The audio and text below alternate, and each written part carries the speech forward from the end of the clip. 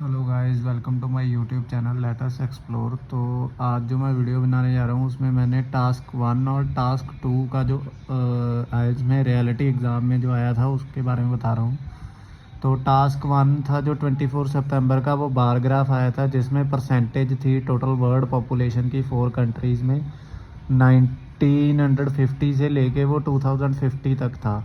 इसमें ऑलमोस्ट पूरी century cover हो जाती है और इसमें फ्यूचर की प्रिडिक्शंस पास से लेके फ्यूचर की प्रिडिक्शंस भी हैं।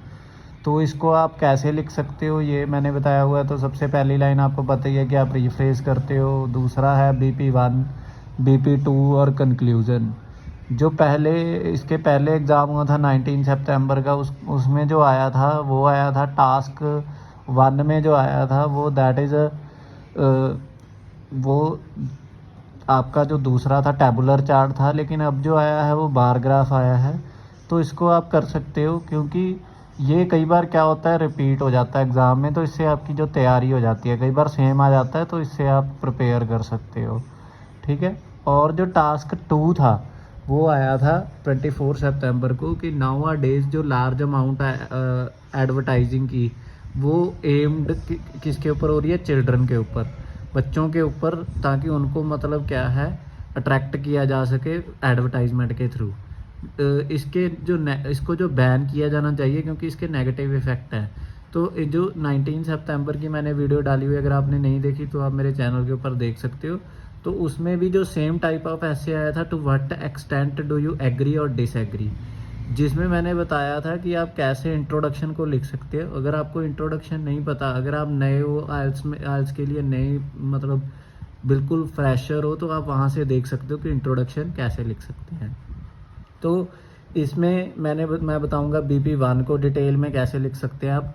तो to what extent do you agree और डिसएग्री में आप एक दोनों तरफ भी जा सकते हो, या तो आप एग्री हो सकते हो या फिर पार्शली एग्री हो सकते हो। ठीक है। डिसएग्री कर सकते हो, पार्शली डिसएग्री भी कर सकते हो। तो जब आप पार्शली डिसएग्री करते हो या पार्शली एग्री करते हो तो आपको दोनों तरफ का ऐसे है जो लिखना पड़ता है। एक साइड आप BP1 में जाते हो और दूसरी साइड आप BP2 में लिखते हो। तो BP1 और BP2 को स्टार्ट कैसे करते हैं मैं आपको बताऊंगा। तो BP1 को स्टार्ट कैसे करते हैं, जनरल लाइन के साथ। जनरल लाइन आपको बहुत सारे लोग हैं जो ये बताएंगे कि कुछ रटे रटाए वर्ड्स आते हैं वहाँ से स्टार्ट करो, लेकिन अगर आप जनरल लाइन से स्टार्ट करोगे तो ऑलमोस्ट आपका जो है बहुत अच्छा इम्पैक्ट पड़ेगा और ऑलमोस्ट इंक्रीज कर देगा हाफ बैंड। तो BP1 में जनरल लाइन है, जो जनरल लाइन, उसके बाद उसकी सपोर्टिंग स्टेटमेंट, सपोर्टिंग स्टेटमेंट के बाद आप एग्जाम्पल दे सकते हो। ऐसी BP2 में जो आप कॉन्ट्राडिक्टरी लिखोगे, अगर आप पार्शली एग्री कर रहे हो, अगर आप पूरा फुली एग्री कर रहे हो तो आप एक साइड का ही लिखोगे ऐसे, अगर आप पार्शली कर रहे हो तो दूसरी साइड का। तो ऐसी उसकी जनरल लाइन, सपोर्टिंग स्टेटमेंट और उसकी एग्जाम्पल।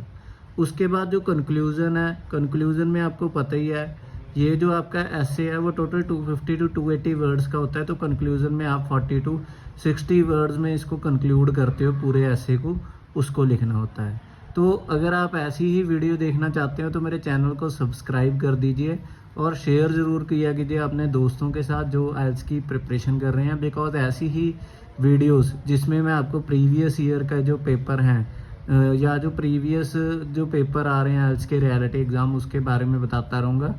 और इसके साथ क्या है कि जैसे जो कुछ रिपीट हो जाते हैं, तो अगर आपका प्रिपेयर होगा तो कई बार जो रिपीट हो जाता है ऐसे या उसी टाइप का आ जाता है, तो उससे आपको हेल्प मिल जाती है। तो आप मेरे चैनल को शेयर और सब्सक्राइब ज़रूर कर दीजिएगा। Thank you so much.